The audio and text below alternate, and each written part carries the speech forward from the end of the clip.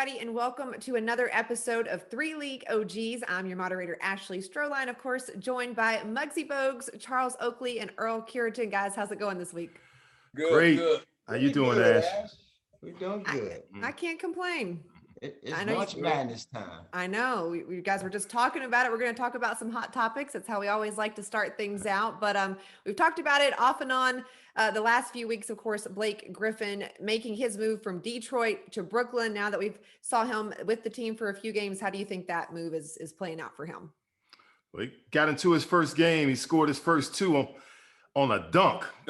First dunk he don't have in a long time. I don't believe that, but he said, I heard that. I don't believe that. Yeah. He played all year and have no dunk. Yeah, no dunks all year. You know, and that's the guy that used to jump over cars.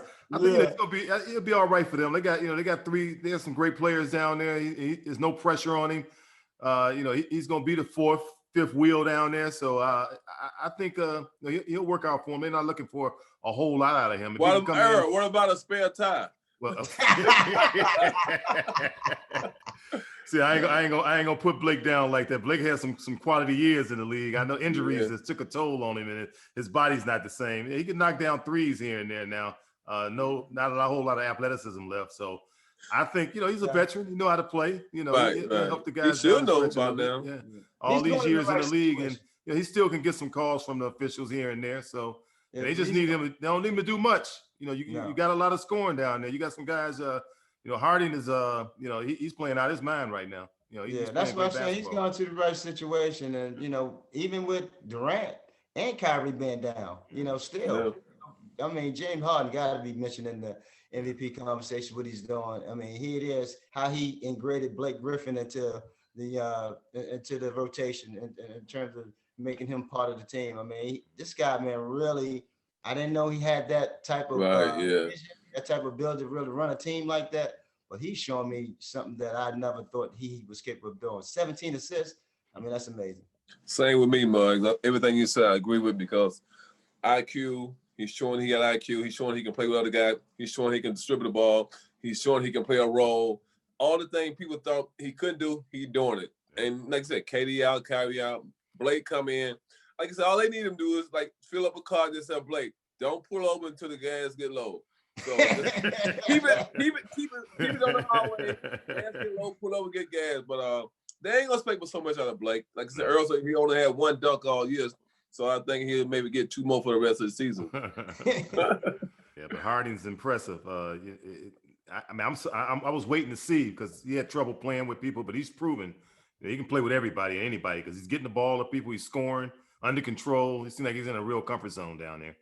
Yeah, I mean, and you're right. I mean, I don't think he ever had a problem playing with folks in terms of chemistry-wise. I think him and CP worked out really well together when he was there, but I think it's now, I mean, for me, it was that because he sat out, got traded from Houston and wasn't playing, up to his best basketball. Right. But still, when he came to New York, man, this guy's been bought in with the system, with everything, and he's been playing lifestyle basketball in my mind. All right, let's see what happens when KD get back. Well, and Kyrie too. No, KD just got to come on, and everybody keeps saying these guys need rest. They taking time off and waiting for the playoff. I don't care how good you are. That timing ain't there. Your body, this and that. You got to get some reps under your belt. You just can't come into the playoff and play. I mean, a lot of guys have tried.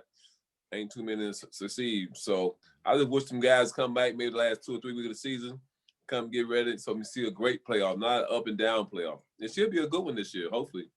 Yeah, they're gonna need to get their legs underneath them, get used to playing with each other too. I mean, all of them on the floor together. We haven't seen much of that. All three of them out there together playing. Yeah. See how that's gonna work. I'm waiting to see that. All right, next hot topic. What are your early predictions for the awards that are going to come out? MVP, Rookie of the Year. I'm just going to say my heart's broke here in Charlotte because we lost LaMelo, but who do you guys kind of see taking home the hardware at the end of the season, where we are right now? Man, things keep changing. LeBron was in the, looking real good for the injuries. And like you said, LaMelo, injury to his arm for Rookie of the Year, he was leading. So things are kind of just shifting around. You really don't, right now you got to see who's going to merge. Giannis is playing good, getting triple doubles now. I mean, he got it 2 years in a row.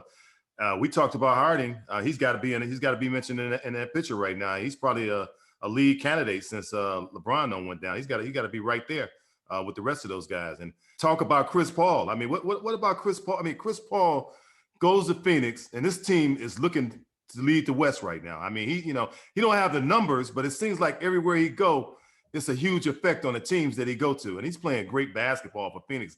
He can't go unnoticed. I don't know. Do you put him in an MVP discussion? No doubt.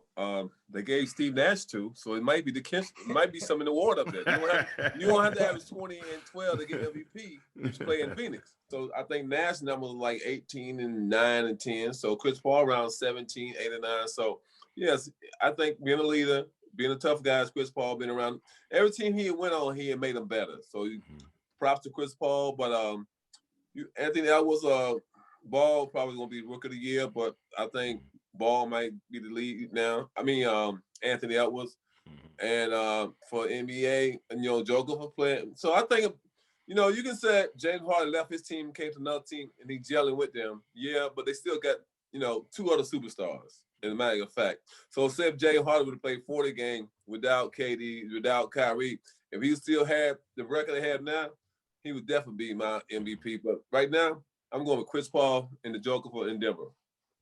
Yeah, well, I mean, you guys, I get some valid points right there. Valid points, especially with talking about the MVP race. I mean, we, like I said, it's been up and down. We had Embiid in there. He got hurt. LeBron was in there. LeBron hurt. We talked about James Harden because he left Houston and came over. And then we mentioned Damian Lillard, Dame Dollar. And I was looking for the matchup between Dame Dollar and the Nets, and we saw that the other night. And here it is, James Harden. That's what was so impressive to me. He didn't have Kyrie Irving, didn't have Durant, and he still was able to go to Portland and pull out the victory. And with that team, and it lets me know that his game travels, and he continued to put up the numbers and he continued to showcase, that MVP type of level basketball. As for the Rookie of the Year, we all had Melo right there, and I think he still may deservedly get it, but I don't know, because this kid Edwards is really starting to, fine tune his game. He's starting to really understand his NBA. He had 40 points the other night, and the sky's just still the limit for him. So it's going to be probably interesting to see how he finished the remainder of the season, to see who wound up with that award.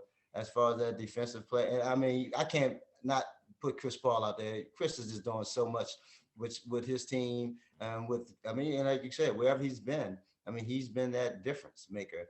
Because he's that true leader, man. He knows how to put players in a situation where they can be successful. He knows how to change the culture of a team. And with Marty Williams down at the helms of it, I think those two is a great match with one another. So, here, I'll never just not put him in that conversation in terms of possibly being in that award. And defensive player, I have no clue who's going to win. Right. Shoot, that's why I ain't even said nobody.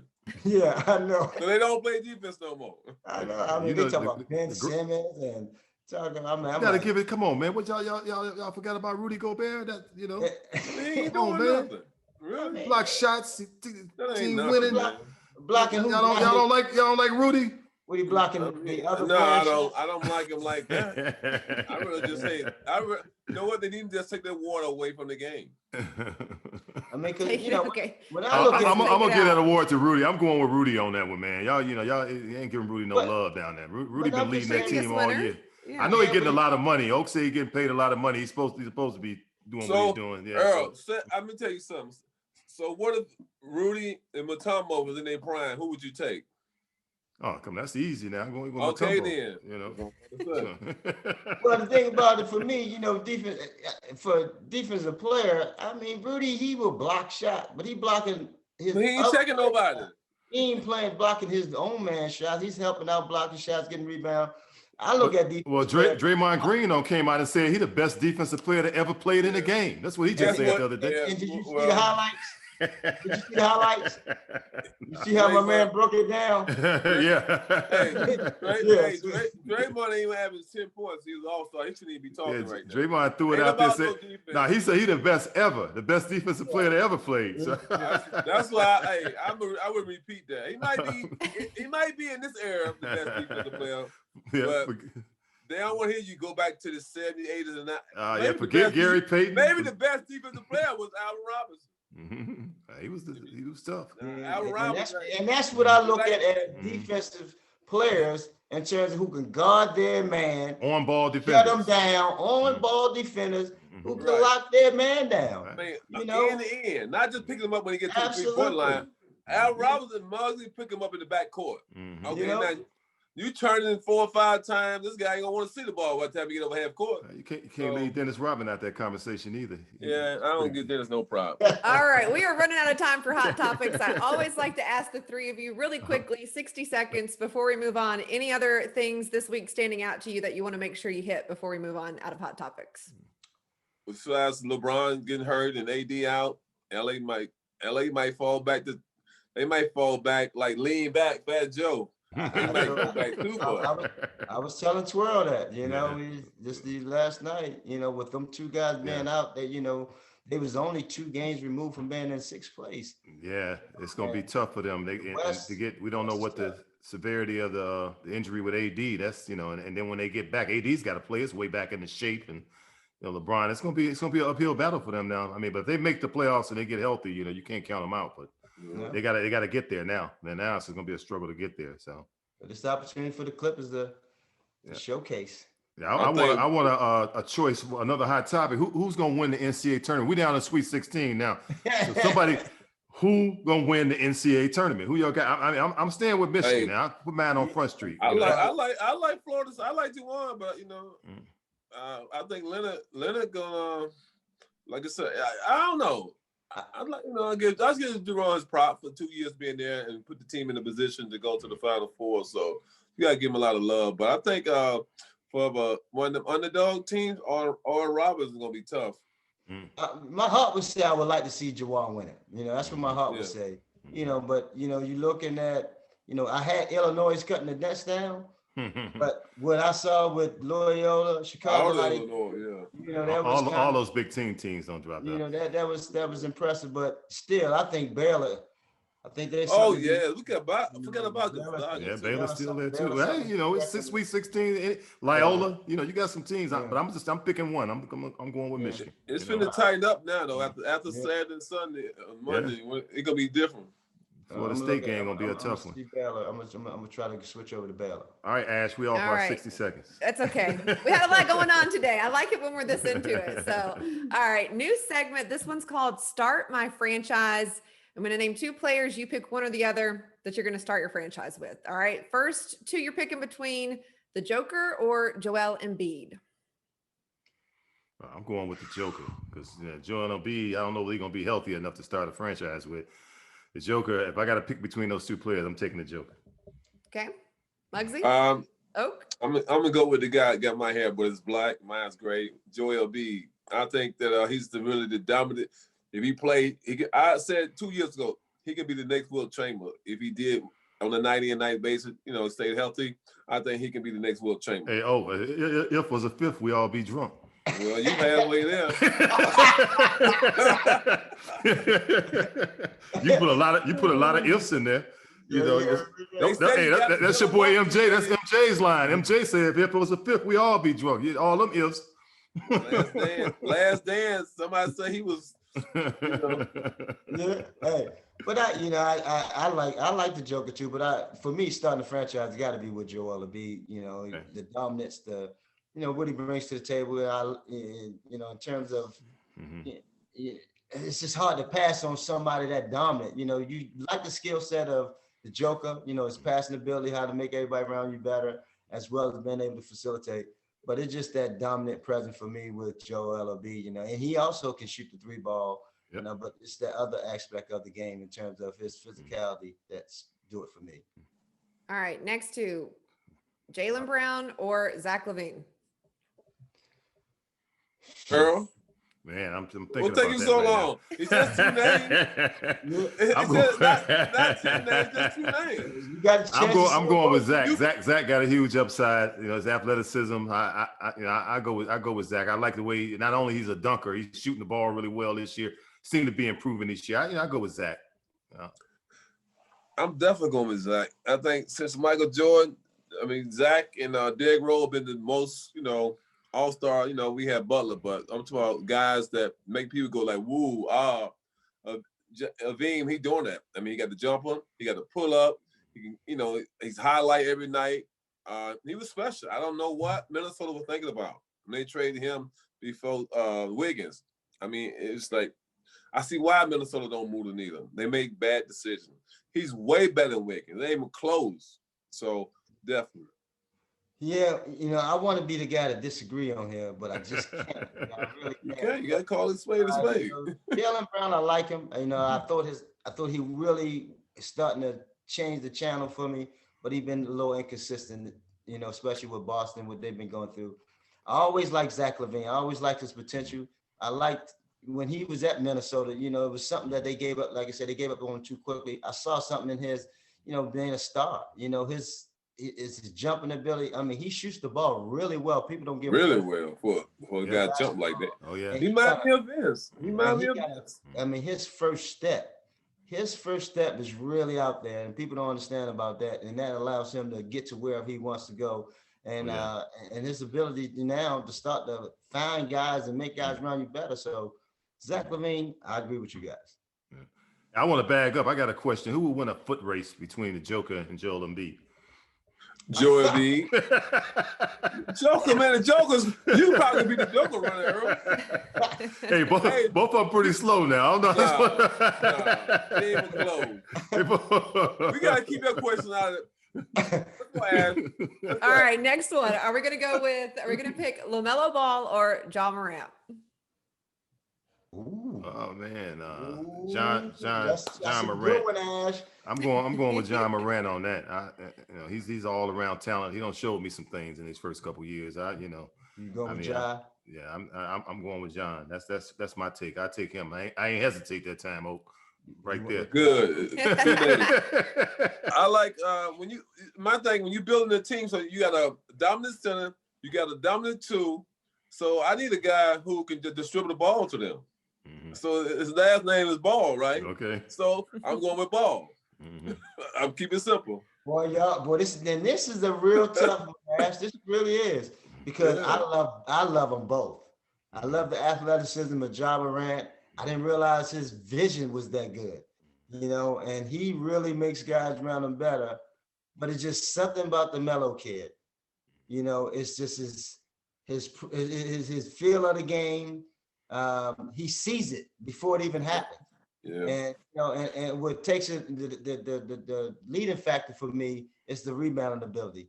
Rebound size. He has that rebound ability, and of course the assist is always at the forefront. And he's the pass first type of guard. And the sky's the limit. He's 19. They both are still young. So I'm gonna give just a half a Lord Nash to the Melo kid. Well, you ought to know a point guard. I trust you. I trust you knowing what a point guard is. Yeah, Earl. You know a little bit about that. I want to be the coach you in the playoff with your team. Oh boy. Well, I think he kind of with Ball. I know we're talking about on court, right? But he kind of has an it factor. Like I just looked on Instagram, just comparing like their following, and he has double what Ja has. Not that that's what it's about, but I think in Charlotte it was nice to see someone kind of bring a following to a guys that was struggling and have people be interested in it from all over the world, really. So not that's what it should be about, but it's nice to have that. They're gonna remember that in 2 years in their contract. They're going with the max. Right. Well, there you go. Selling tickets. Yeah, that's true. Yeah. All right, next either or Trae Young or Devin Booker. Man, that's a tough one right there. I got Devin Booker. I'm gonna go with Devin Booker. That was quick, Earl. Yeah, I like Booker. I think that's an easy one for me. He got size. He's a pure scorer. He's a pure 2, 6'5", 6. He can flat out shoot it. Yeah. You see what he done the last couple years in Phoenix. He put him on his back. Then they got Chris Paul to help him out. They're gonna be a problem in the playoff out west. I like Booker. All right. Yeah, I mean that's easy for me. You guys hit it on the nose. Booker. He's the guy that I will start a franchise over. I love Trae Young. I love all what he brings to the table. But Booker is that star factor. I mean, when you talk about a two guard, I mean he it up. All right, final one. Anthony Davis or Giannis? AD. I ain't gonna hesitate on that one. AD. A healthy AD or AD when he playing? I'm going with a healthy AD. Right. We're going since you knocked that fact out with Joel, so I'm going with AD on that one. Just the total all around skills, and I know you going with AD because guy can't shoot free throws and can't make a shot. I know you ain't starting your franchise with a guy like that. And you don't say that several times, so and no doubt, Ashley definitely got to be AD. She'd have been better off saying John Collins in Atlanta, AD, but no, AD hand down, like I said, he the best co-pilot since Scottie Pippen ever played basketball. Yeah. Scottie Michael, like do so much night in, night out, for like rebound, block shot. He can bring the ball up. Scottie played 3 or 4 position, pass, defense, wasn't a great shooter, but he did a lot on the court. He can call hazards in the game. He can check everybody. So AD definitely. Yeah, bottom down to AD. I mean, the skill set is just off the chart. I mean, I love Giannis. I love what he brings to the table. Giannis still, sad for me not seeing him play with another superstar, but but his individual still. They got 2 superstars. They play him the max. Well, yeah. Money-wise, money-wise. But it's still his skill set. Still, he still need to devolve in certain aspect of his game in order to be that complete player. So AD hands downs for me. But Muggs, I think Giannis is a 2. He's the 1 because he's on that team. I think he's a 2. Can't carry a team, so can't carry a team to the championship. Then you think he can't put a team on his back and take him to a championship? Is that what I'm talking about? Okay. That's what I'm trying to say about Patrick. Okay, so we good. You get all the numbers, it's like a Christmas tree, all the lights on it. Ain't but one present. All right, segment 3, of course, fan questions. We always ask everyone to use the hashtag 3LeagueOGs, and your question might get asked on the podcast to the guys. So, last episode, we got to talk a little bit of entertainment and movies, a little bit different than sports. And so for this fan question, if you could select any actor or even another athlete to portray you in a movie, who would it be and why? If your life movie was being told, who would play you? Man. That's a tough one right there. I don't know. I don't know who that would be. Lawrence Fishburne. For you? I would probably want Michael B. Jordan. I'll go Lawrence. Ball player. I produced a movie called Pastor Brown. He played a role in it. And I've been around him. Probably, if you really want to go deep, it'd probably be like Denzel. I know him personally, so yeah, one of them 2 for me. But that's a tough question. Yeah, I was gonna say Denzel. That might get some laughs though, so I went with Lawrence. Well, they ain't said how you look. Who want to play it? Yeah, so I went with a guy that Lawrence is pretty versatile. Played a lot of different roles, different parts. I like his look. All the way back to Boys in the Hood, to Morpheus. He's so in that television series, Asian right. I go with him. But shit, I don't know who could play me out there. Gary Coleman. May rest in peace. Wow.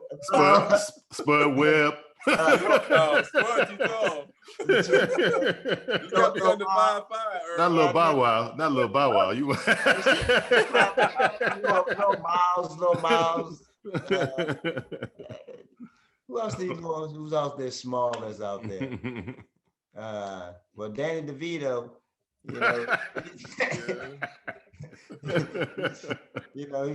he's a little white guy out there trying to play a black cat, a little black robe. That'd be kind of challenging. So that's tough, Ashley. I couldn't tell you. All right. Well, I think the fans got a good answer from everybody, regardless of what we went with there. The next fan question we have, is there a movie that you could or that you do watch over and over? Just what doesn't get old to you that you continue to watch time and time again? Man, that's an easy one for me. Four Brothers. I've watched Four Brothers 100 times. I don't know if it's because it's filmed right here in Detroit or just the storyline with it.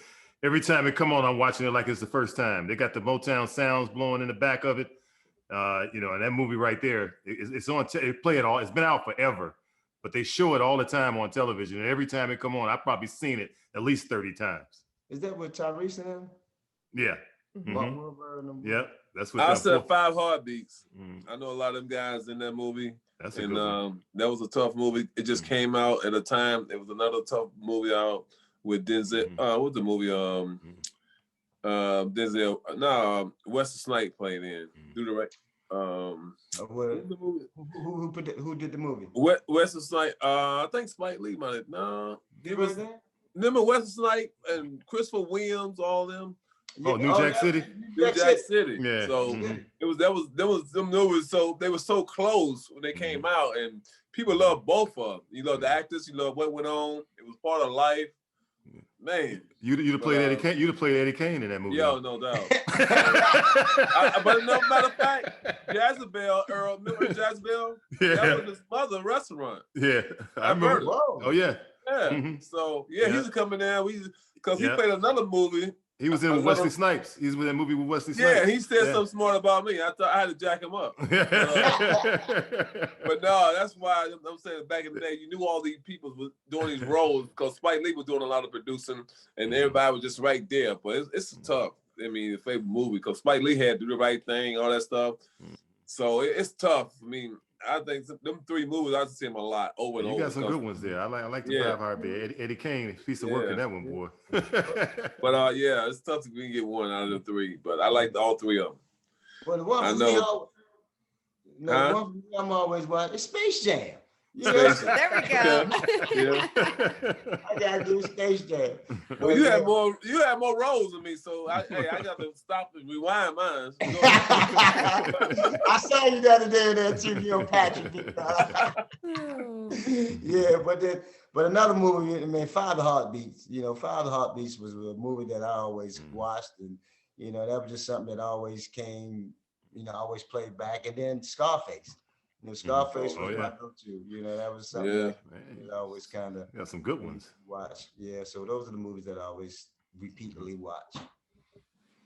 All right, final fan question. If you could play a game of one-on-one with any player, current or retired, past, present, whatever, who would it be and why? One-on-one? I play Oak. I don't think Oak could beat me in a one-on-one. I'll kill you, Earl. We ain't be close. We can do this live. Yeah, we'll both file out. We'll file out. I tell you, we both will file out. I can move way better. Yeah, I want Oak. But, if I can get my legs back, I take Oak. Oh, legs back. Everybody say you want to play with. You want to play with. I would want to play. I want to play somebody tough. Think they good. Shaq.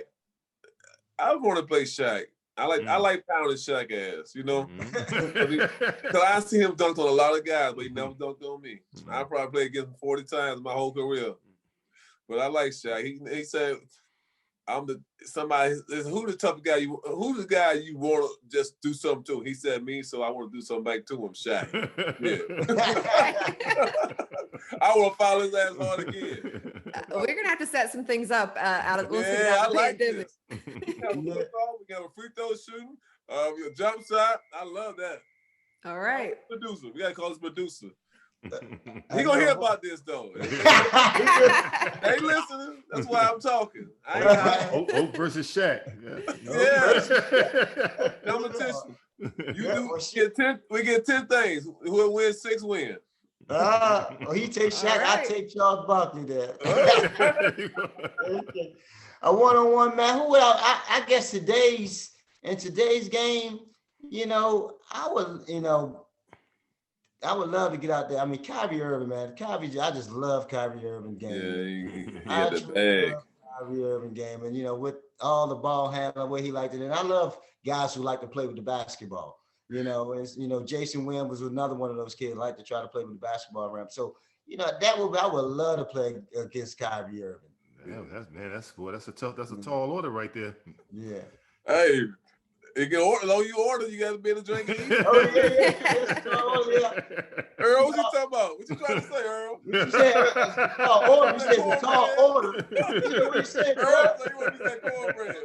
Tall order. What you saying? Tall order. What you saying? I ain't gonna be able to stand firm or something? What you saying? I'm just saying you said he got it going on. You love his game. He got some I love his game, but footwork, ball handling. Playing with that ball in front of me ain't good. There we go. So that's what I'm trying. You know what I'm saying? Yeah, that's a good matchup. Trying to do all that. Trying to do all that in front of me. That's a different ball. Hey, I ain't gonna count you out, big man. I ain't gonna count you out. Hey, Bugs, you gonna make him run a red light because he ain't gonna be playing with it like that. No. He gonna have to touch it. He gonna have to turn his back. He gonna turn his back. Gotta turn his back. You made the best turn their back. I know that. Yeah, I ain't bad. You gotta turn your back. You gotta turn your back. All right. I love all of this, and I hope that we set some matchups up whenever we in person again. We have a special guest today. Tracy McGrady is going to be joining us in just a few minutes. 7-time NBA All-Star, 7-time All-NBA selection, 2-time NBA scoring champ, Hall of Famer, all the accolades. Tracy McGrady, thanks so much for making time to join 3 League OGs. I know you know these guys so well. We're happy to have you with us today. Appreciate it. Yeah, I'm on Central Time, man. Okay. So, my bad. You're here. That's all that matters. He look like Frankie Beverly a little bit. Get the hat on. That distinguished look. Hey, hit one of them songs. They done Brian McKnight over there or something. Huh? I thought that was Brian McKnight over there. Y'all go ahead, man. Look at bro. Hey, Trey. Earl said you was his rookie, huh? I was. Yeah. He had to save me from D-Walk. Or had to save me from D-Walk. I was there. Oh man, hey man, nah. You about to put your hands on me? Bro, I told him you did a lot of sleeping that first year. I said, man, he was asleep, man. I said, yeah. I kept telling him, you're gonna be all right, man. All them games, hotels, man. I just ain't used to this traveling and I used to all this. I had to sleep off that nonsense D-Walk was taking me through, man. He's full of shit. I was there. I'll let you whoop his ass. That shit was so bad, man. And we already had a relatively young team, Real young. So, man, I used to come in some of the games, bro, play like the last 5 minutes of the game. But that ain't it. We'll come in the locker room, though. Blame the last 5 minutes. Hey, Mac, that's what they did in Chicago to Ed and Tyson there. I had to cut Tim Florida ass off. Like, no. That's probably where he got the shit from. You can't go, and y'all gonna put them in. You know they was 18 when you drive. What the fuck do you expect? Man. Taking me through all that bullshit, man. So I told Isaiah and Bush, hey, man, y'all got to do something about this, bro. You know what I'm saying? Because I'm not feeling this. I'm not developing the way I need to. The fuck I'm playing 5 minutes for? We only won, 16 games? Yeah, something like that. Yeah, about 16, 17. We had Walt Williams, David Stoudemire, Marcus. So it was like everybody young. Carlos Rogers. Yeah, Christie, too, sound like Oliver Miller. Oh man, Sean Resper. Yeah, Sean came here for a while. Yeah, well, it was a young team. What happened when you speak up? The next year you got the best day of your life.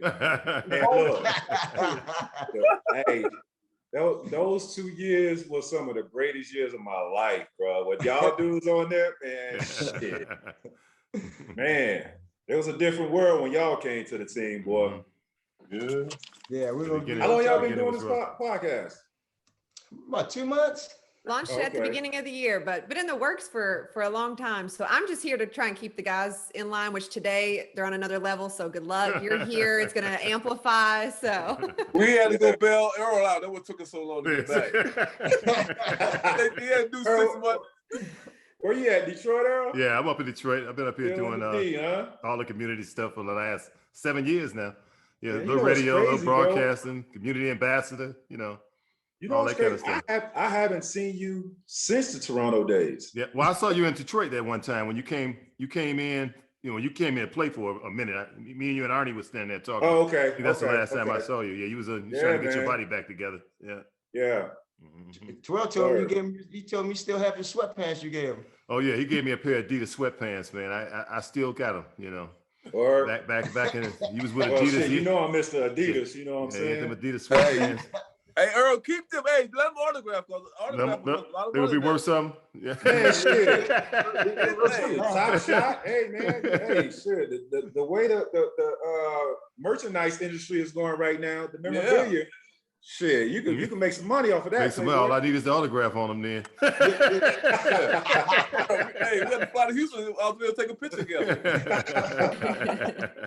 We've been talking about you on the show a whole lot, and Oak and Muggs was always, and they brought it up quite a few times. If you and Vince would have had a chance to stay together, that we a lot of us think that probably would have been one of the top two tandems in the whole league of all times if you guys would have played together. How do you feel about that? You ever think about that? man? Yeah, obviously, yeah. I thought about it. I don't think about it no damn more. Yeah. Good man. Open up on him, man. Nah, you know what, man?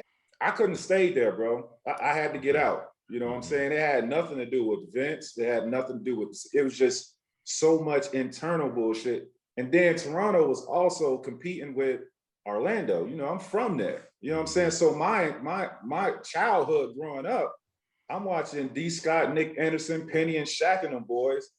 And that's where I wanted to be because, you know, that inspired me to be an NBA player. Watching those guys, I only grew up 30 minutes from where those boys was playing at. So that was my inspiration, to have an opportunity at that time to go and play home.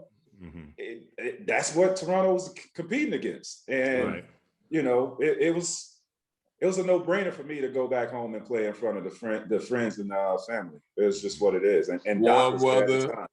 And I'll say this too, the infrastructure, what it is in Toronto now, had it been back then, there's no doubt I would have stayed in Toronto. But it wasn't like that though. No, and it plus, wasn't like that. And plus at the time, I think, you know, really looking back, it was your time. It was your time. It was your time. And then in the years that we was there together, just witnessing, and again, it had nothing to do with Vince, it had nothing to do, it just felt like this was your time, your opportunity, where you came and how much you have grown, the opportunity for you, even though they had Green Hill down there, but the opportunity for you to be able to go and be on your own and see what you were, you know, what you felt like in your head, with thought process, who you were going to be, what type of player you want to be. So I always respect that. And I always knew why and the reason, what decision that you was going to make for that. Okay. So I add to that, and we won't be having this discussion. It never would have came up, man. He should have stayed in Toronto with his cousin Vince. That never would have came up if I would have had a healthy Green Hill in Orlando. Never would have came up, because playing with Green Hill, the player that I evolved to would have erased all the questions. Right. Yeah. No, I agree with that. I saw Grant when before the injuries and all of that stuff. He was here in Detroit, so Grant was he was on another level. Grant was making a run at Mike when he first came in the league. So he was on another level. It worked out for both of y'all, especially. Yeah. I mean, you know, both of y'all got your own team. Yeah. Showed that you can carry your team. And when you first got in the league, you went through a lot. You learned, and you built yourself, and then you got the team. You put them on your back. And I mean, a lot of guys can't just, like, now. These guys coming to the league now, you might get 1 every 3 or 4 years, maybe can carry a team. So y'all came in at the perfect time. You come in now, the structure ain't no one to teach you, guide you, because you can't hold coach accountable, management. It's just everybody's all over the place. They don't, it's just they blame everybody else. Nobody wants to say, okay, I made a mistake. Let's do something. Maybe a Belichick in football, a few other coaches. But everybody else, like, basketball is so bad right now for us, like chemistry. They lying to the kids. They lying to the guys on the team. They can't come together. Everybody want, there's no, 1 through 12. Everybody just want to shoot the ball no matter go in or not. Shoot. You know what it is, though? You know what it is? is when we played the game, bro, we had very little say-so or impact on decision making. Yeah. Nowadays, these players have so much power, bro, to where they picking and choosing who they want to play for. They picking and choosing their damn coaches. Like the players got way more power when you played and when I came in the league. Yeah, it's a lot. But when it's not, that's not helping the league though. It happened like Brooklyn. Yeah, the last 2 years, you get 4 All-Stars to come there. In 2 years, you get 4 All-Stars. New York get none. LA, AD, LeBron, but I'm telling you, the Clippers, but it was like 6, 7 guys you really can move the needle in the league, if that many. It's like 23 teams, all of them fishing for one fish. Yeah. And it's hard to get that one fish with 23 hooks in the water. So it's going to be bad. That's why LeBron hurt, AD hurt. KD hurt knees. Kyrie out. It's just, ain't nothing to watch. People watching Rewind, Netflix, or whatever else. They taking away from all the teams. Look at Houston. I can't even watch the game, bro. I can't even watch the game. The whole weekend, I watched NCAA basketball. I ain't watched no NBA, not one game. It's hard for me to watch an NBA game. I tried to watch last night. I can't watch it.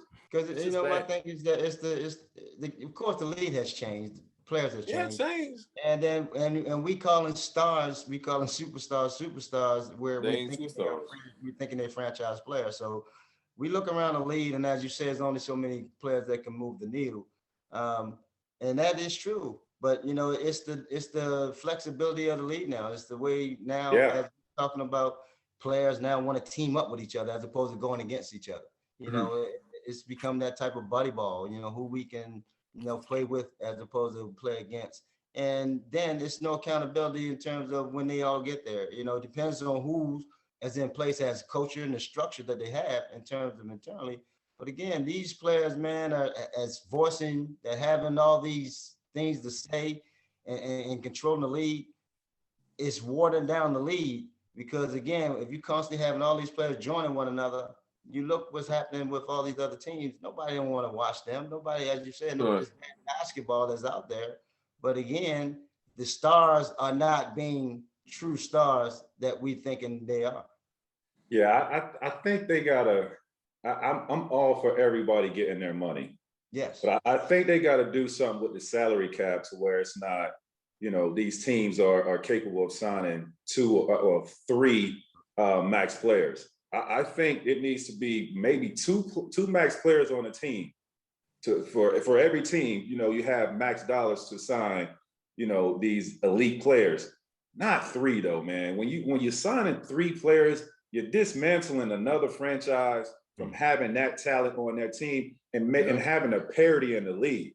And that's what I think is missing. When we got 3 stars on one team, you're dismantling another franchise. That's exactly right. You should be able to sign 2 max players, the other guys, and find some type of way for these other guys to get their money. I'm all for guys getting their money, but not 3 max players on one team, man. Let's have some parity in this league. It's been going on for a minute, though. It's been going on for a minute in that regard. So, and again, it's all based on the rules. It's, and with the CBA to allow that to take place. And for them to see it, and they should see it more than any of us in terms of how it kind of dismantle other franchises, allowing these guys to drum up with each other. Yeah. We all know everybody's not, and this is what Boston is going through. We thinking that those 2 guys up there are stars, you know what I mean? And thinking they could carry a franchise, but realistically, they can't. That's one of the reasons why they're going through these struggles, because they're missing Kemba Walker, who's definitely, was a star player in his own right. But without that all had to mesh in order for them to prevail. So when one go down, again, for me, it's just that, all these teams don't have stars that they think they have. You look back at the history of the league, and teams always, you go back, always had 3 great players. I think it's the way that they doing it now. It's what's, you go back to the old Laker teams when like Elgin Baylor, Jerry West and Chamberlain all played together. You go to the Lakers team with Magic and Kareem and stars and Hall of Famers, bro. So that's what I'm saying. But all these teams had those type of players. Even my Philadelphia team with Doc and Moses, 2 MVPs playing on the same team with Andrew Toney, that would have been a Hall of Fame. But everybody played a 2 played a 2, a 3 played a 3, a 4. Everybody played different roles. It's physicality, a shooter, a defender, a post player. Now Boston got all wing guys shooting the ball. Well, I'm saying it's the way they're doing it, and it's not a team concept, because the league's always been put together with 3 great players playing on one team together. Mm-hmm. Yeah, but all of them ain't doing the same thing like Taylor and Brown. They basically the same player. Mm-hmm. You need one of them. Okay, both of them great athletes. They young, 23, 25, but still, y'all not moving the needle together. Y'all just getting 20 shots a piece. Do like Lakers did last year before. Get the pieces you need for the moment. Right. See, coaches got to have some ball. Got to tell a guy in the playoff, you know what? I may play, instead of playing 9 and 10, playing 7, 8, I'm playing you as I need you. That's what they're going to do. You'll see if more teams start doing like, I know Thibodeau in New York, he drive guys hard, but this and that. But you got to get control of 7, 8 guys. You don't need 10 guys and bad chemistry on the court. You need to everybody know the structure, because everybody want to score, but can you score? Right, you got to know your roles. You got to be a role. You got to have teams, guys playing their roles. That's what I'm saying. Though. That's what happened back in the day. We had to play our role. Damn right. That's what I was about to say. You go back to our Toronto year. My last year there, the year we made the playoffs. It was. I mean, you told us. Our veteran players told us, this is y'all team. Y'all do the scoring. We gonna Oak and Antonio. We gonna do the dirty work. Kevin Wicks gonna do the dirty work, right? We gonna do all that shit. Muggs gonna be our playmaker. He gonna be defending. He gonna pressure the shit out of whoever bringing the ball up. Dale, y'all knock down shots. Mm-hmm. Everybody played their role, and that's why we were so good. Mm-hmm. And that's what they're not doing now. Don't nobody have a role. Everybody roll now to shoot the 3. Really? Yeah, it's everybody. Well, that's what I'm just saying. That's what the whole league is about right now. Yeah. So, That's where the game has gone, and it all comes down to, everybody. You know how the NBA, everybody run the same stuff. You know what I'm saying? Everybody had the same stuff in terms of. But I pick a roll, side pick a roll. That's it. Ain't but 2 plays. we don't need no playbook. No, not today, because everybody plays the same. Everybody does the same. But we have more Alabama players. They got plays. Hey, that's what Butch was good at. What about Alabama plays? That man has some out of bounds plays for your ass. hey, T-Mac, end of the game. Remember that time it was your turn to take the shot? Everybody got rotated to the back loud. Shit, I gotta take this shot, huh? Yeah, man. But no, Butch good with the X and O's though. Give him credit. Yeah. Give him credit all the time. Yeah. No doubt. I mean, a question though, Mac, with the rumors that's out here with this trade deadline coming up, where do you think Drummond, a lot of people speculate, where do you think Drummond may wind up? He got to go to the Lakers, man. He got to go to the Lakers. I mean, that's just a perfect fit, because what they're lacking is, interior defense, offensive rebounding. What they had last year with JaVale McGee and Dwight Howard, them boys brought a huge contribution to that championship and how they controlled that paint. And they don't have that this year. Right. I agree with that 110%. That's what I've been saying. Drummond is that. Mm-hmm. Well, you think about LA over the last 30, every time they won a championship, they only had 2 big guys in the middle. Yes. Like last year you said, JaVale McGee, Dwight Howard. This year you signed Marcus Gasol because he can stretch the floor. Sometimes if the car ain't run out of gas, why they pull it to the gas station? Keep driving it, keep it and do what you got to do. Don't put gas at the gas. You got to have faith. Keep driving it.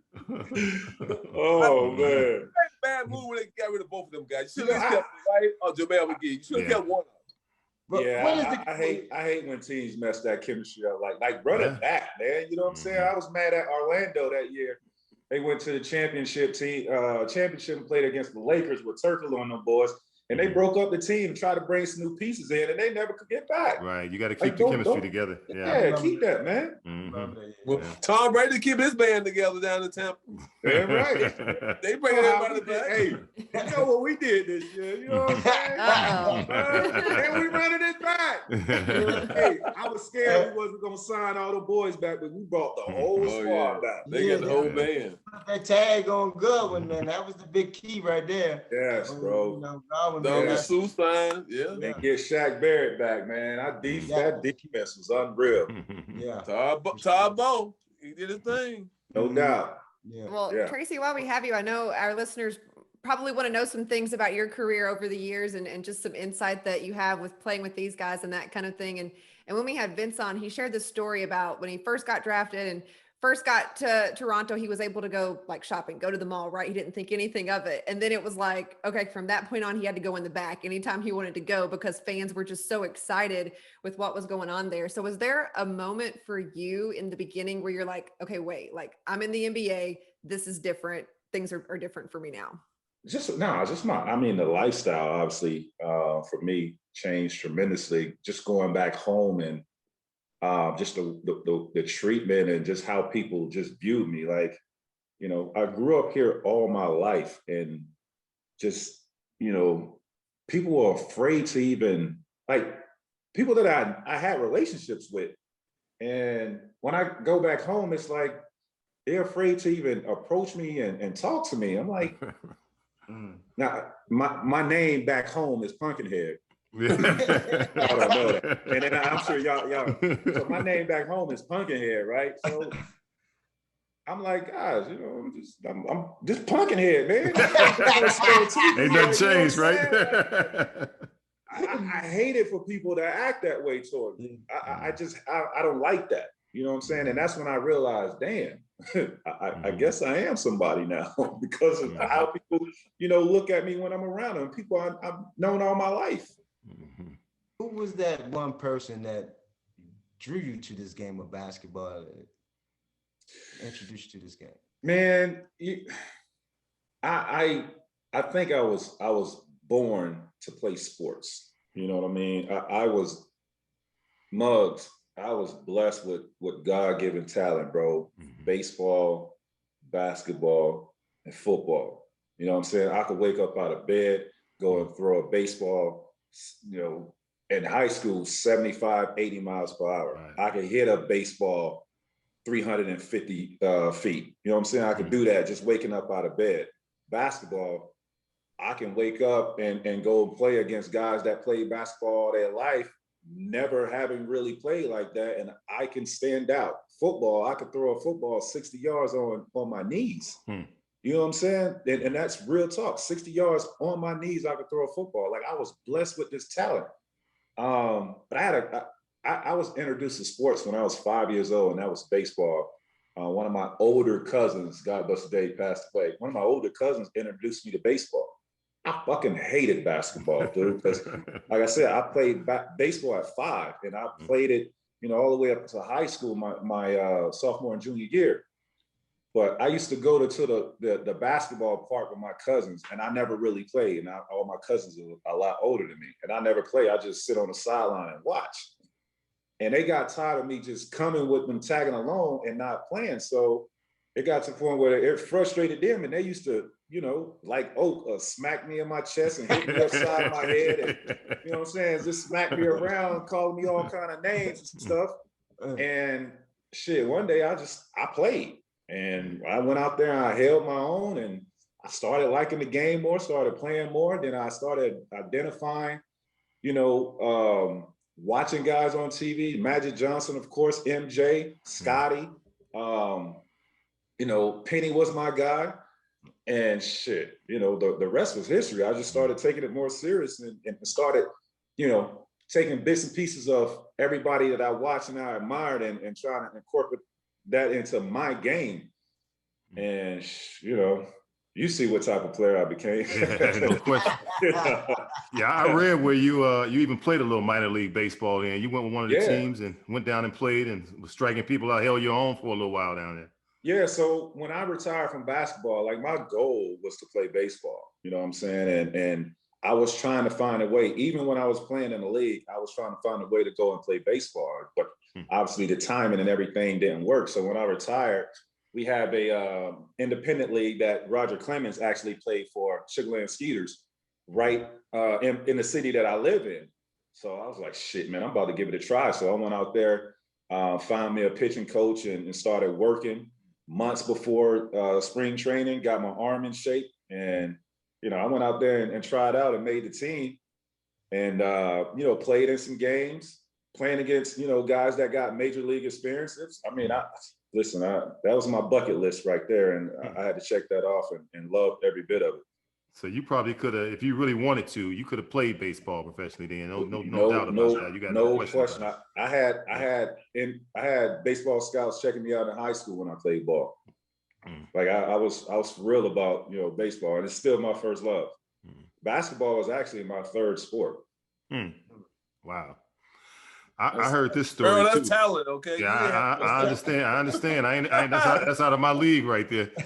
You know. Yeah, I heard this story. I want to know if it's now. When you got drafted, you came out of high school. You was in this AAU tournament. I think it was in Atlanta. They said you went up and dunked on everybody. They said the whole gym, everybody just ran out the gym. Is any truth to that? So here's what happened, right? I was at Adidas camp in New Jersey. Okay. And you know, my story is nobody really knew who I was entering this camp. We were trying to figure out who the hell this kid from Florida. Because they didn't know who I was. They didn't even want to let me in the camp, right? So yeah, they didn't want to let me in the camp. So we pulled some strings. I got in the camp, balling out against, you know, the top guys in the country at that time. Ended up making an all-star game at the camp. So it was this one play where I got the ball on the left side, and I didn't see the guy running down the middle because he was trailing me. I didn't see him. I had already in my mind I was going to windmill the ball anyway and show out. So I went up and I windmilled, and the guy jumped into my chest and I dunked on him. Man, you had everybody running on the court. They had to stop the game. It was so it is true. It was crazy. I ain't never seen no shit like that. So they stopped the game, trying to get everybody back in place. Motherfuckers is going crazy. And from that moment on, that's when my shit just shot off. Yeah, that's what I heard. They said you just went to, it was a first round draft pick, hands down, right after that happened. Yeah. Yeah, it was crazy. And that was like my life changed, you know, in 2 months over the summer. When I left Florida to go to North Carolina, my life changed in 2 months. That's I know you said your rookie year, you played with a lot of vets, and it was, you know, tough year, this and that. Coach, Earl. The next year, I guess the year you played with them guys probably played at least 8 or 9 was gone. Because when Butch came in, whole different crew come in. So my thing is, I know what you went through against them that year. Then me, Muggs, they all us come, Antonio, we come in. How did you get yourself, like, what to expect from these guys? You know, you said, these guys gave me shit for a whole year. And they was vets and we was vets. How did you draw the line? Like, how I'm gonna work through these guys? Did you have something set in your mind that, oh, here we go again? Nah. My thing is obviously I'm a fan of the game, right? And I watch you, I watch Muggs, I watch the whole crew that came in. I admired and respected who y'all was as men. I respected how y'all approached me. You know what I'm saying? And I respected that the way y'all came at me was going to help me become better as a basketball player and mature in this league. I was only 19 years old. Y'all became my teammate. So I was willing to listen and learn. I wasn't a hard-headed ass kid. I was hard-headed when you disrespected me. I went back to my roots. Like, you ain't gonna talk to me fucking crazy. You know what I'm saying? Like, I'm just not gonna allow anybody to talk to me crazy, whether I'm 17 or 18 years old. Yeah. I'm not gonna do that. And that's why I kept butting heads with D Walk, because he was just trying to talk to me and handle me any kind of way. And I'm not that type of dude. So when y'all came in, the way y'all approached me, I had mad respect for that because I know the level that y'all already played on, who y'all were as men, who y'all established yourself as. I had nothing but utmost respect and wanted to follow y'all lead and understand that, you know, I know what y'all are going to bring to not only to the team, but for me, is going to help elevate me, and I want to follow that lead. And that's what that was. Y'all ain't come in talking, you know, poking your chest out, you know, trying to big time me or no shit like that. It wasn't like that. You know what I mean? Y'all had a great way of doing things that I wanted to follow. And I know I'm not fucking with you, oh. Like, let's just be real. It's the line you weren't crossing, huh? Let's be real. I'm not fucking with you, bro. You know what I'm saying? Hey, yes, sir. Man, yeah, you was great. Man, I had a good time. Yes, sir, man. My thing is, when I go to teams, everywhere I went, from getting drafted in Chicago, getting traded to New York, going to New York, coming to Toronto, wherever, my teammates always been first. I forget about management. If my teammates happy, I'm happy. If they ain't happy, I got to find out what's going on. That's the thing. I felt, and V, he'll attest to this. I felt protected, bro. I felt like y'all was my big brothers that I didn't have. And that's the relationship that we had. I felt like if anything going on, my big brothers got my back. And that's the respect and love that I had for you guys those 2 years. Because I knew if I was to get fouled by anybody on the other team, I don't give a damn if you was friends with them or not. If somebody was to foul me or be hard, I knew y'all had my back, bro. Right. And that to me, for a young guy, still a teenager, and I love that shit, bro. No, man, we had a ball though, man. Yeah. For us to be vets to come in there, y'all young guys, all the vets from Muggsy, you know, y'all, I don't know if y'all, some of the guys that like Kevin, because Kevin more, you know, Kevin went his own way. But, you know, my thing, I tell, hey, man, just enjoy yourself, man. Hey, I got you. And Muggs, everybody, Dale, and everybody talk to y'all, man. Hey, as a team, we had fun though. People don't know. Oh, we had so much fun. And let me tell y'all this. Hey, so this one I knew. Okay, leave Oak alone, bro. So I'm not a drinker, right? I remember we was out, man, and you didn't know that I didn't drink, right? So we out. I think we out at Florida somewhere downtown. All of us. We in the spot, man. You know, everybody drinking, having a good time. I got a bottle of water, drinking. Oak comes to me, tried to hand me a drink. I'm like, bro, I was like, nah, Oak, I'm good, bro. He's like, nah, drink this shit, man. Here, watch your drink. I say, oh, I don't drink, bro. I'm good. Man, Oak hit me so hard in my chest, bro. Boom! Oh, you bullshit, man. Drink this. Man, I said, oh shit. So I kind of separate myself from the group. I go on the other side of the club. The whole time that I'm there, after that incident, I'm watching this dude. I hope this man don't come by me, bro. Hey, I couldn't even enjoy myself. Hit me in my chest like, hey, the chest. I'm only 190 at the time. I'm like, man, I'm going on the other side, and I ain't watching nobody. I got my eyes straight on Oak. Please don't come over here by me, bro. From that time on, from that point on, I knew when Oak is in the spot with me, I'm staying away from this dude, man. Be for real. I don't heard some stories too. I heard you don't pour drinks on people's heads, all kind of stuff. I ain't even gonna get into that. Either you gonna drink it or you gonna wear it. I'm not even getting into that. We're gonna leave that plane ride alone. Headed to Sacramento. We're gonna leave that alone. Hey, I'm sure y'all told that story on here before. I'm not getting it. No, we haven't, but you told it on something though, I told it. You told it. You told it. A lot of stories though. Yeah, man. Yeah, but no, it was great, man. We did have so much fun. But the great thing about it, you guys were receptive in terms of allowing us to be able to, you know, be your teammates, to be able to, you know, get that type of advice, you know, and that's what it was all about, you know, because, you know, it was a good mixture, you know. We guys had been on the tail end of our careers, and you guys was at the beginning of it, and the respect was definitely, given at the moment, you know, for each side. And that's what I felt. And that's what I had experienced when I was there, man. So, you know, it was a great run. You know, we had some fun. But my thing is that as that making that next jump, going now, I got my team, got my team. What was the mindset, now trying to take Orlando to that next level? Well, but see, that's the thing. That wasn't even my mindset, Muggs. Like, I thought I was going to play with a healthy Grant Hill. So I mean, I'm fourth year in the league, still young, 20 years old. I'm going to play with G Hill. I respect it as a player, as a person. And I didn't realize, like, my first year in Orlando, I didn't even know I was capable of doing what I did that first year. I thought I was going to, come in and put up, probably 20 points, be like Scottie Pippen numbers, you know what I'm saying? Do everything, right? Do everything.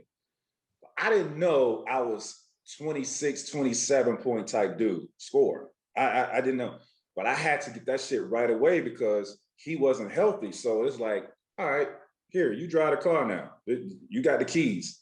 Right. And I'm like, damn, it was pressure. It was a lot of pressure to not have, him alongside of me and having to carry this franchise to the playoffs. It was very challenging. I relished it, looked forward to it, but I can't even lie, man. It was challenging moments to do that shit without having a guy like Grant Hill alongside of you. That's right, yeah. Well, I know we always talk about basketball, but I know off the court is very special to you.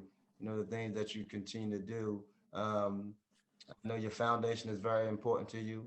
So I would love you speak a little bit about you and your foundation, the things that you're doing. Yeah, but so what I do now, man. I have 4 kids and I have 2 boys. And what I like to do is just pour into these young men.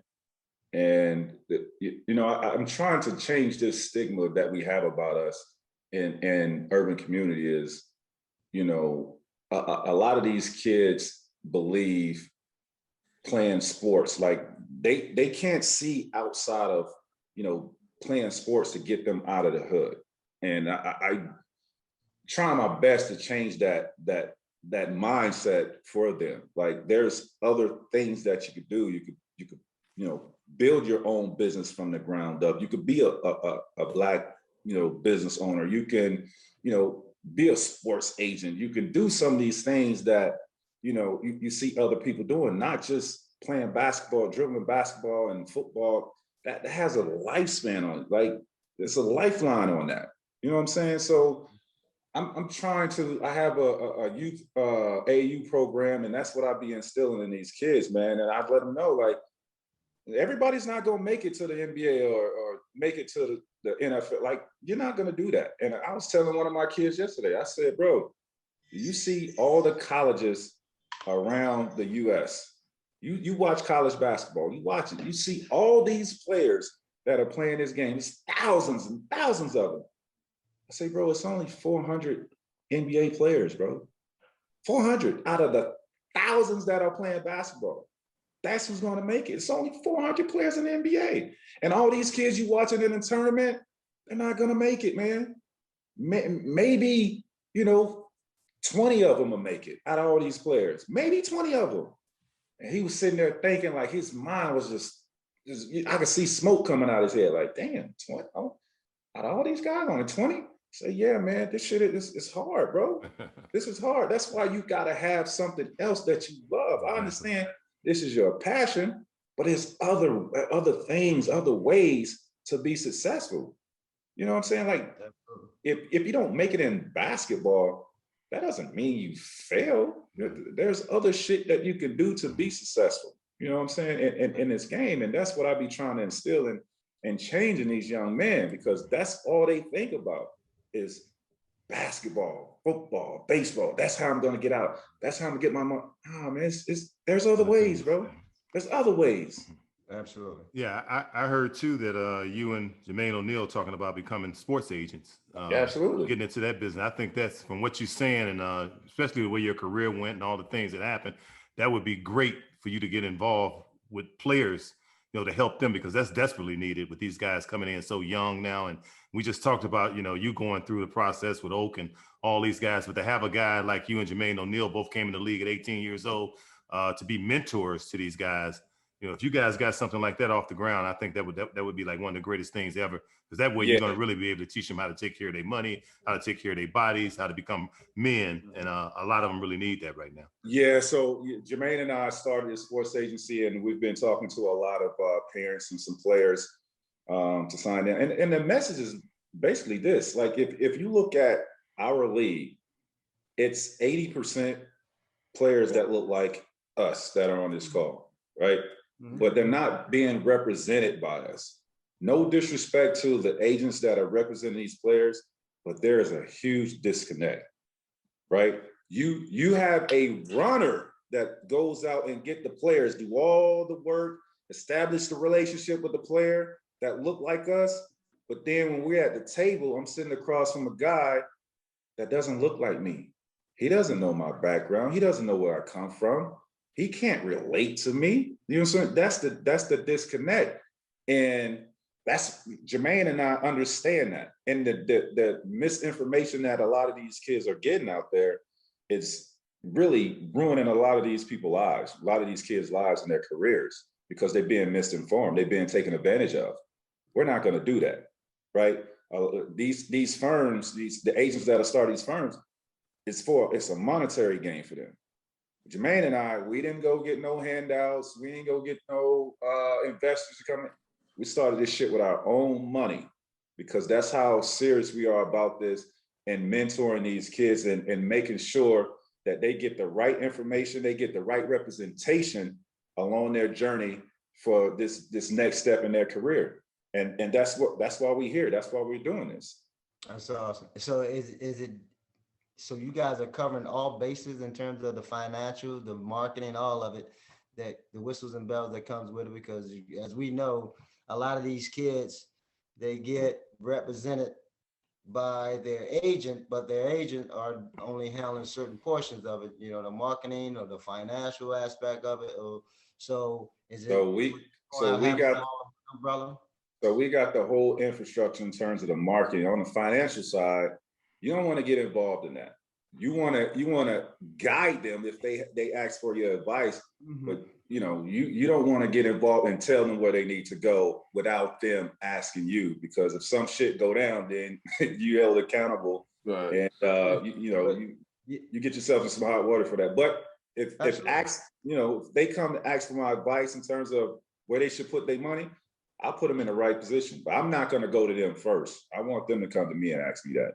Well, the reason I asked that, because, some agencies have where they will bring the guy in and they'll tell him, we got the whole ball and chain. We can manage, we're going to negotiate your contract, we're going to be your marketing, and at the same, we also going to finance. So as a player, I hopefully they get educated on that agents, they also have people financing their money, looking over their money. So making sure that they understand the difference between, what you're signing up for. And I know that what you guys have done, that's good that they have some type of information. Oh, no doubt. Now we're gonna we got brand marketing is different from you got to have people that do their roles. You don't want your agent going out and handling your money. you don't want your agent doing that shit. You got to have different people playing their roles, just like a basketball team. Your marketing person, you got your community relations person, you know what I'm saying? And those are two different people. You got your agent that's doing his job on the representation side of getting your contracts. And then you got the illegal person overseeing the contracts. So we got the whole infrastructure, but we got it done the right way. What about in terms of brand? A lot of these players are into their brand right now. How they building themselves? Well, yeah. So and the great thing about today's players is they have their own IP. You know what I'm saying? Coming in, they start that early because of social media, and we just try to help them capitalize off that. Right. But I'm not gonna sit here and tell you, hey man, I got you, 5 marketing deals. I got you a deal with Sprint, or I got you a deal with a car dealership, or I got you this type of deal. Like, Nah, your ass got to perform on the court to get deals. Well, How about, you know what I'm saying? Like you got to perform. These firms be selling these kids a dream, and they believe that shit. And it doesn't happen like that. Well, we all know everybody is not marketable. Everybody, and there's that, right? Yeah, no, everybody is not marketable. Even you know, even all-star guys, all NBA guys are not really getting marketing deals. You know what I'm saying? So it's a shame that, you know, these firms will tell these kids they can promise them all these things, but you really can't. You can't guarantee that shit. You got to perform on the basketball court to go out and be marketable and get these deals. Yeah, whatever that craft is, you got to be able to perform in order to get that type of perks. No doubt. And it's hard to find an agent that's genuine. Like you mentioned, T-Mac, I mean, it's about money for them, like not necessarily caring about their clients. So to know that you wanted to do that for the players that are coming in, I think is a great thing. Here's the biggest thing about representing these kids and making sure, you know, you have their back, because at one point in their career, a lot of these doors are going to shut on them. You know, you might not be putting out the type of the numbers that a team want, and you feel like people are giving up on you.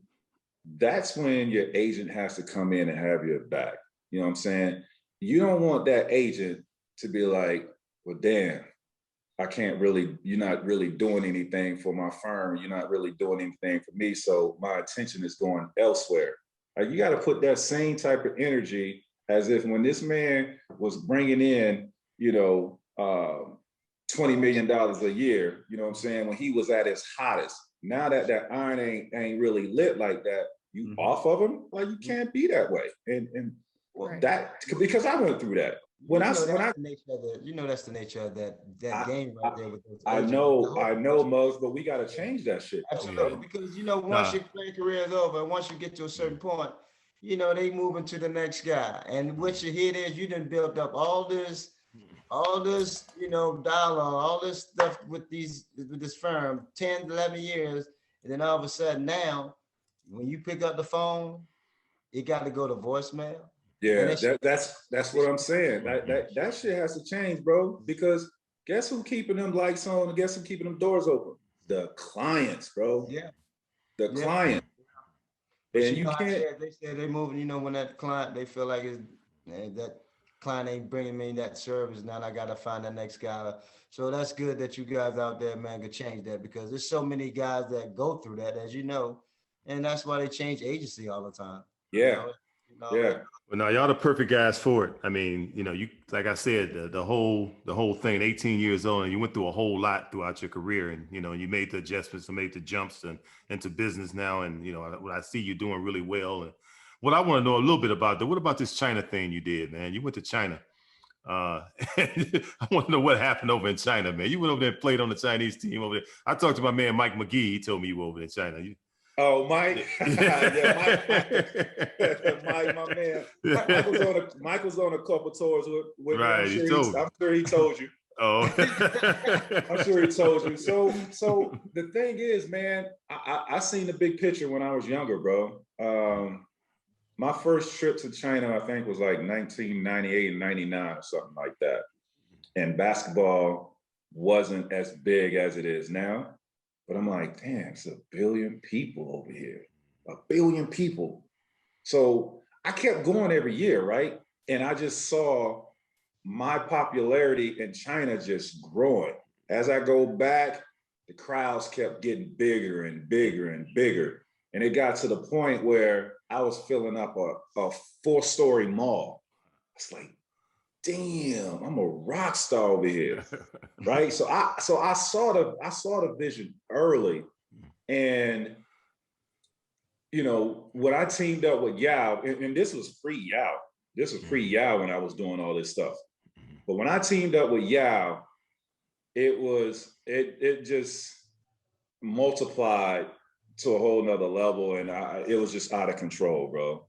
And you know, the love, the appreciation that loyalty that they display when I'm over there. Even now to this day, I've been retired 7-8 years, and I still get that type of reaction, from my Chinese fans. And it's probably one of the greatest experiences that I ever had in my life, to go to China and just see that pouring love that I get and appreciation, and a lot. Yes, I was great at basketball, but they appreciate you as an individual, as a person. Like, they don't like you. They don't like arrogant guys. You could be the greatest basketball player, but if you're arrogant, they're not messing with you, right? They love good character, kind-hearted individuals, and they will ride with you till the wheels fall off, right? So the wheels fall off. You will never lose those fans as long as you stay true to who you are. How they became your fan, stay that person, and they will be with you till the wheels fall off. And that's where we at, man. I mean, dude, I go to China right now, man. There's just thousands and thousands of people just waiting for me at the airport. It's crazy. Yeah, I was over there for the FIBA championship in 2019, and just to see how it was in Beijing, and they just were so excited basketball was there. It didn't matter if they were outside trying to get a glimpse of somebody, they had the nosebleed seat, they were just about it. And so, like you said, so appreciative that the sport came there, right? So yeah. And I went over there when I retired and played in the CBA. I had to, because I know the love that I had over there. And I wanted to go and have my fans see me play in person. So I went and played in the CBA and sold out the whole CBA. Muggs, Earl, dude, when I showed up to the arena on the bus, it was crazy, bro. I'm pulling up like, I can't believe this. I'm like, damn, this is probably what MJ went through, huh? Like, thousands of people outside waiting just around your bus. And then when I walk out, I got thousands of people just like screaming my name. And at that time, I was going through my injury. I had microfracture surgery. So I went from T-Mac to Tracy. Well, you hit that buzzer beater over there too, huh? You hit that buzzer beater? Yeah. So it felt good to go over there and be celebrated again. You know what I'm saying? I got that love back, and man, it was awesome. Well, look, Oak left us, my producer's saying we got to wrap because we would talk all day. But when Oak stays around as long as he did, and he finally left, he did his usual. He said his usual goodbyes. It was a good day. Yeah, Oak just dips. That's what happens. Oak don't even pull a peace sign, say nothing. No, he just dropped the mic. He dropped the mic, man. He out. He out. That conversation boring. That conversation was boring to him. No, he stayed longer for you than anybody. Trust me. Well, he did the same thing when we had Vince. We had Vince on. And once we get to, we've been on for about an hour or something. Yeah. Oh, he's gonna drop the mic. He's prior engagements. But no, Tracy, we so appreciate your time and sharing some stories with these guys, and we'll have to have you on again. Great talking to you, man. I enjoyed it.